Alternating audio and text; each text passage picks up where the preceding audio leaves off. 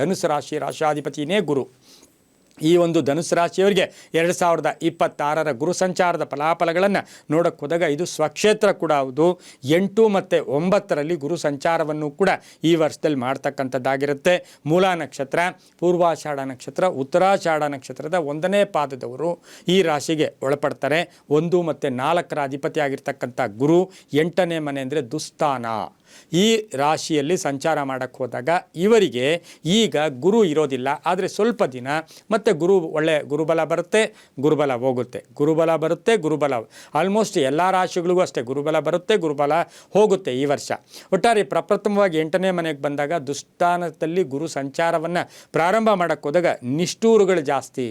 ನೀವು ಅದು ಮಾಡಲಿಲ್ಲ, ನೀವು ಇದು ಕೊಡಲಿಲ್ಲ, ಬಂಧು ನಿಷ್ಠೂರ, ಮಿತ್ರ ನಿಷ್ಠೂರ, ಪಿತೃ ನಿಷ್ಠೂರ, ತಂದೆ ತಾಯಿಗಳ ನಿಷ್ಠೂರ, ಅದೇ ಜೊತೆಗೆ ಹೆಂಡತಿಯ ನಿಷ್ಠೂರ, ಮಕ್ಕಳ ನಿಷ್ಠೂರ ಅಂದರೆ ಏನು?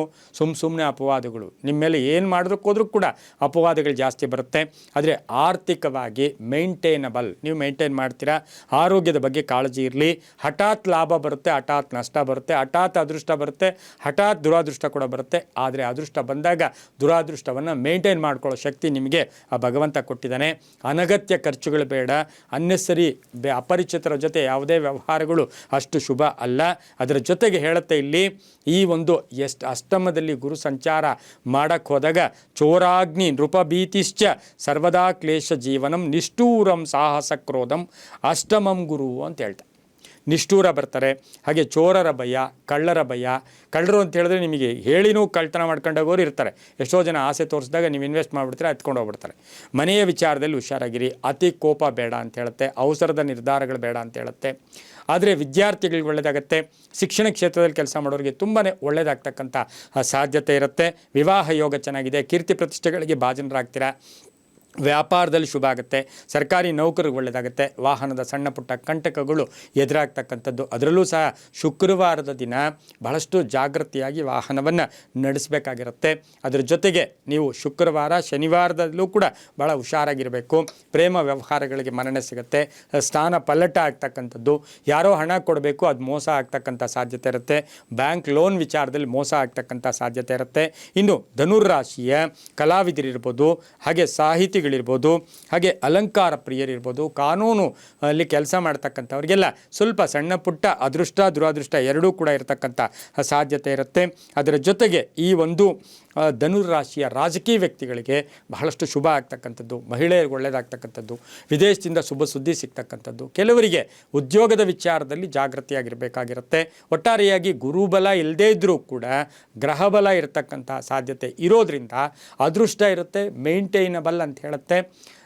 ನಿಮಗೇನು ಅಂತ ಹೇಳಿದ್ರೆ ಯಾವತ್ತೂ ಅಷ್ಟೇ ಗುರುಬಲ ಇಲ್ಲದೇ ಇದ್ದರೂ ಕೂಡ ನಿಮ್ಮ ರಾಶ್ಯಾಧಿಪತಿ ಗುರುನೇ ಆಗಿದ್ದಾಗ ದಾರಿ ತೋರಿಸ್ತಾರೆ. ಅದನ್ನು ನೀವು ಫಾಲೋ ಮಾಡ್ಕೊಂಡು ಹೋಗಬೇಕಾಗಿರುತ್ತೆ. ಹಿರಿಯರಿಗೆ ಗೌರವ ಕೊಡ್ತಕ್ಕಂಥದ್ದು, ತಂದೆ ತಾಯಿಗಳಿಗೆ ಗೌರವ, ಹೆಚ್ಚು ತಂದೆ ತಾಯಿಗಳನ್ನು ಮಾತಾಡ್ತಕ್ಕಂಥದ್ದು, ಗುರುಗಳಿಗೆ ನಮಸ್ಕಾರ ಹೇಳ್ತಕ್ಕಂಥದ್ದು, ಗುರುವಾರ ಗುರು ಕ್ಷೇತ್ರವನ್ನು ದರ್ಶನ ಮಾಡ್ಕೊಳ್ಳೋದು, ವಿದ್ಯಾರ್ಥಿಗಳಿಗೆ ಕ್ರಯಾನ್ ಅಂಥೇಳಿ ಅಥವಾ ಏನಾದರೂ ಪೆನ್ಸಿಲ್ ಇರ್ಬೋದು, ಪುಸ್ತಕ ಇರ್ಬೋದು, ಆಟಿಕೆಗಳಿರ್ಬೋದು, ಹಾಗೆ ಗುರುಗಳ ಸನ್ನಿಧಾನಕ್ಕೆ ಹೋಗುವಾಗ, ಮಕ್ಕಳ ಇರ್ತಕ್ಕಂಥ ಮನೆಗೆ ಹೋಗುವಾಗ, ಹಿರಿಯರು ಇರ್ತಕ್ಕಂಥ ಮನೆಗೆ ಹೋಗುವಾಗ, ರೋಗಿಗಳಿರ್ತಕ್ಕಂಥ ಮನೆಗೆ ಹೋಗುವಾಗ ಬರೀ ಕೈಯಲ್ಲಿ ಹೋಗಬೇಡಿ.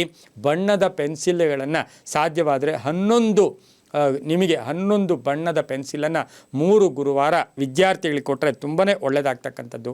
ಪ್ರತಿನಿತ್ಯ ಗುರು ಬ್ರಹ್ಮ ಗುರುರ್ವಿಷ್ಣು ಗುರುದೇವೋ ಮಹೇಶ್ವರ ಗುರು ಸಾಕ್ಷಾತ್ ಪರಬ್ರಹ್ಮ ತಸ್ಮೈ ಶ್ರೀ ಗುರುವೇ ನಮಃ ಈ ಮಂತ್ರವನ್ನು ಹೇಳ್ಕೊಳ್ಳಿ. ಇದು ಹೇಳ್ಕೊಳ್ಳೋಕೆ ನಮ್ಗೆ ಅಸಾಧ್ಯ ಅಂದಾಗ ಓಂ ದೇವಾಚಾರ್ಯಾಯ ನಮಃ ಈ ಮಂತ್ರವನ್ನು ಜಪ ಮಾಡ್ಕೊಳ್ಳಿ.